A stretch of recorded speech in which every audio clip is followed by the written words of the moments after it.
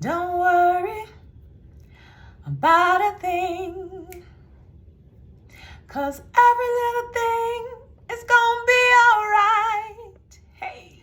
Hi guys, welcome to Fee's Book Reviews, and today I'm going to be reviewing Bob Marley, One Love. So I saw Bob Marley, One Love, and I just have to say that there were things I enjoyed about it, and there were things that I had questions on, and things I was kind of confused about. So let's get into it, shall we? So the Bob Marley, One Love is basically a biographical movie about Bob Marley's life. Now, there's an interesting creative choice made here to not start at the beginning of his life and show him growing up and then his, ascent to superstardom, icon status. The movie starts right around the assassination attempt, and he's like 30 something when that occurs. So there's like two rival gangs who've been it's kind of hinted that the two rival political parties are in cahoots with the two rival gangs, and they're basically funding or fomenting violence, like incredible violence between the two gangs.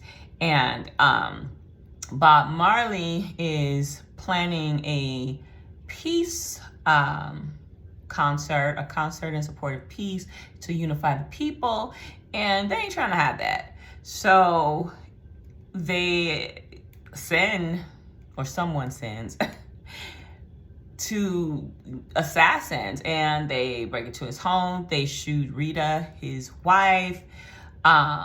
They shoot her in the head, and they shoot Bob, and they shoot his friend like 6 times. Now, miraculously, everybody survives, and they even say that Rita's dreadlock hair prevented the bullet from hitting her brain. So it was just like, wow, it kind of gives me chills to think about that, but I can understand how the legend of Bob... So, I got an Amber Alert in, so I had to stop the video, but it's understanding how the lore and the legend of Bob Marley can grow when you have an assassination attempt on your family, and this divine protection seems to encompass him, and he's more convinced of that he's on the right path, and his path is to spread the message of Jah, because he is Rastafarian, to the world, and he states that the music is the vehicle to do so. So it's interesting that they start there, and from there he's convinced, okay, it's not safe for you and your family in Jamaica. He sends his wife to Delaware with the kids, and then he goes to Europe, where he basically hones this new sound and creates a lot of his most iconic songs. And so we see him in Europe, the whole fish out of water, meeting with producers.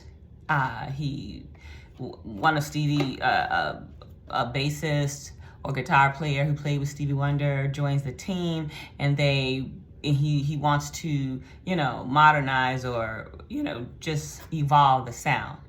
And so then you get these glimpses back into his childhood and his teenage years, where he meets Rita, and you kind of glean from the scenes that, his father is a white man. He wasn't married to his mother, and he rejected Bob. And a lot of it wasn't really spelled out well. And I'm not sure why that was. And so that's the part of the biography that's confusing to me. That if you didn't know about Bob Marley's story, if you hadn't watched documentaries, or you just hadn't read up on, the life of Bob Marley, a lot of it you'd still be guessing at, because the movie doesn't, kind of spell that out. And I'm not sure why that is. Well, I can guess, because, you know, you're dealing with, so the son, I think it was Ziggy. Was it Ziggy or Damien? Well, one of the sons, when the movie starts, he starts talking. And he's telling about, you know, the making of the movie. And then the movie starts. So it's almost like, okay, is this a documentary or is it a drama? And I think because he's so close to the material that he wants to protect the people involved, like his mom, his dad. And so you don't really get maybe the truth that would maybe be ugly or imperfect, which I think is a disservice, because yes, someone can be, they call them the lion, they can be a legend, but they can also be human. And humanizing them is what makes people want to, you know, see a biography, because like, wow, how did this guy rise from poverty to become this international icon and write these beautiful protest songs and songs for the people, the songs championing people born into poverty. You know, he could have, you know, flipped the script and gone totally Hollywood, but he was true to his message of being a man of the people. And for an example, Bob Marley had 12 kids. And I believe he had 3 with Rita, which means he had 9 kids while married. So that was kind of hinted at. I know most famously he had like an affair with Miss World or Miss Universe, or I think it was Miss World. And you see a picture in the movie of him with Miss World when they're kind of showing like this montage of him, you know, traveling the world, right? And I know the history, so I know, oh, that must be his baby mama. But they don't come out and say that. There's this one conversation he and Rita have when they're kind of having an argument where he gets Bob gets jealous of her talking to some producer at a party. And she's like, I've always been there for you. I've done everything for you, including taking care of your children with other women. That's all you get. But you don't get like who these women were. How did that affect their relationship? And their relationship, it was no chemistry between the two of them on film. They don't kiss. They don't caress each other's face.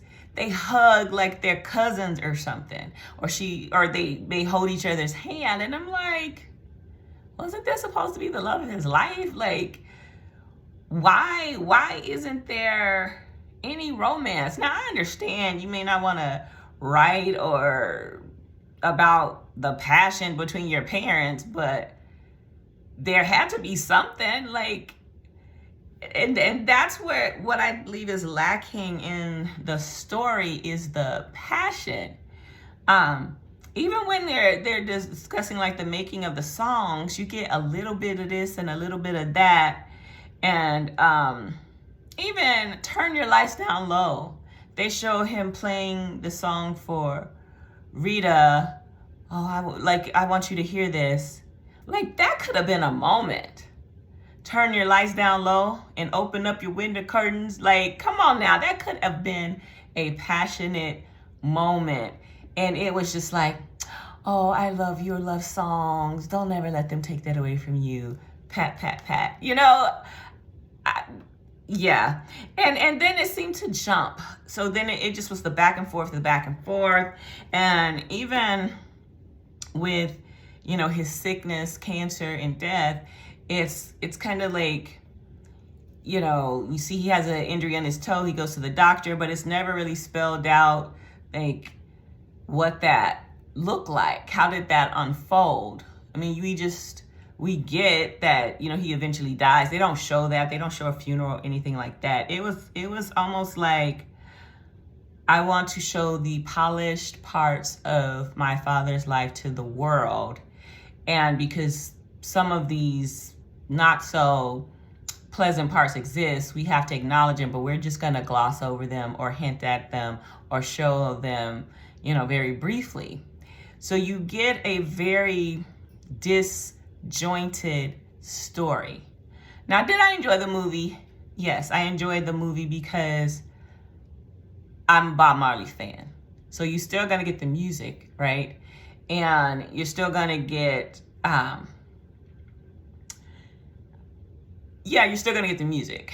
And it's hard not to love the music, right? The creation of the music and even an reenactment or dramatization of the creation of the music.